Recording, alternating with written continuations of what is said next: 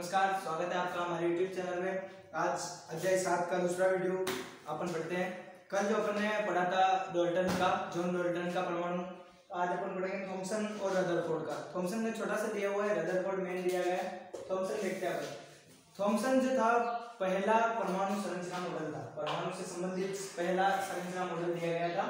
J Thomson नामक वैज्ञानिक था, उसने दिया था।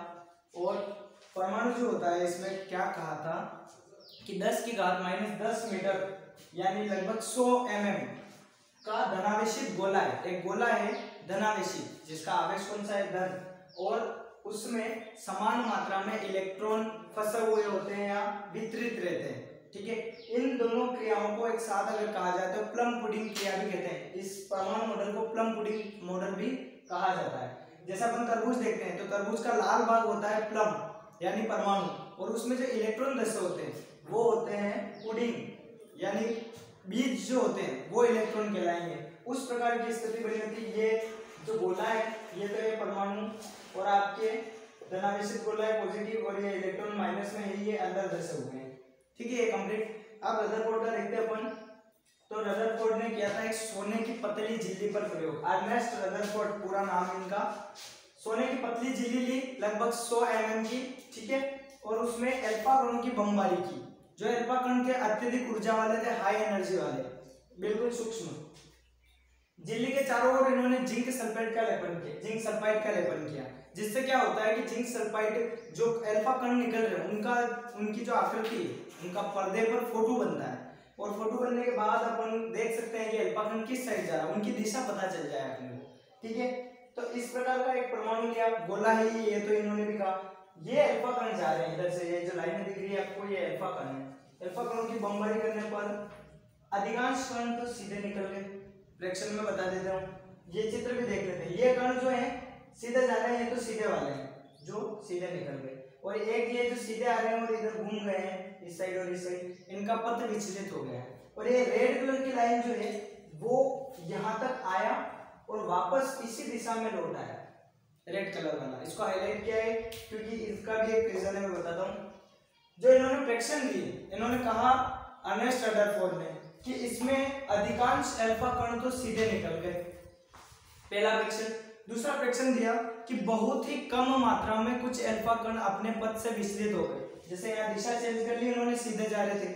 और लास्ट जो ये रेड कलर वाला है, इसका प्रेडिक्शन क्या निकला कि बहुत अत्यधिक कम, लगभग 20,000 में से एक अल्फा कण अपनी दिशा में वापस लौट आता है। ये इधर से अपनी ही पुनः अपनी दिशा में लौट आया। ये 3 थे इसके प्रेडिक्शन। अब देखो ये अनपेक्षित प्रयोग था। अनपेक्षित कैसे? क्योंकि एक बहुत ही सूक्ष्म पतली की झिल्ली थी और उस पर हाई एनर्जी वाले अल्फा कणों का प्रयोग किया गया, बमबारी की गई। तो कहने का मतलब अपन ये भी सोच सकते हैं कि 14 इंच के तोप का गोला और सामने एक टिश्यू पेपर, आप सोचो वो आपको ही हानि पहुंचाएगा। एक टिश्यू पेपर पर नॉर्मल बिल्कुल एक कंकड़ भी फेंको तो वो टूट सकता है। अब 14 इंच के तोप का गोला यानी हाई एनर्जी वाले अल्फा कण कैसे हो सकता है? अनपेक्षित प्रयोग भी कहा गया। अब देखो इसके जो मॉडल थे उसमें कहा गया कि परमाणु का संपूर्ण द्रव्यमान और धनावेश उसके नाभिक के मध्य स्थित होता है। जितना भी परमाणु का द्रव्यमान है और धनावेश है उसके नाभिक में समाहित रहेगा। और दूसरा इसने कहा परमाणु विद्युत उदासीन है। कैसे? परमाणु विद्युत उदासीन है इसलिए कि क्योंकि जितने परमाणु में इलेक्ट्रॉन धसे हुए होते हैं उतने ही नाभिक में प्रोटॉन होते हैं। इलेक्ट्रॉन ऋणावेशित है, प्रोटॉन धनावेशित है, तो दोनों उदासीन हो जाते हैं। ठीक है, अब देखो, हाँ ये मॉडल बता रहा हूं मैं। तीसरा देखो, तीसरे में परमाणु का अधिकतर भाग तो होता है रिक्त, खोखला भाग होता है जिसमें इलेक्ट्रॉन रहते हैं। उसके वृत्ताकार चारों पथ में गति करते हैं। जैसे ये आपका परमाणु अधिकांश खोखला भाग है तो इधर गति कर रहे हैं वृत्ताकार पथ में चारों ओर। इस वृत्ताकार पथ को कक्षा कहा जाता है। कक्षा कहीं पीछा नहीं छोड़ती, परमाणु का भी नहीं छोड़ा, आपका भी नहीं छोड़ेगी। ठीक है, अब देखो निष्कर्ष क्या निकला इसका कि परमाणु का अधिकांश भाग खोखला होता है, रिक्त होता है। ये तो आप तीनों चीजों में आ रहा है कंप्लीट। और जो पथ विचलित हुए हैं यहाँ पे कण, ये पथ इसलिए हुए हैं क्योंकि इन पे प्रबल भारी प्रतिकर्षण बल लगा है। भारी प्रतिकर्षण बल कब लगता है?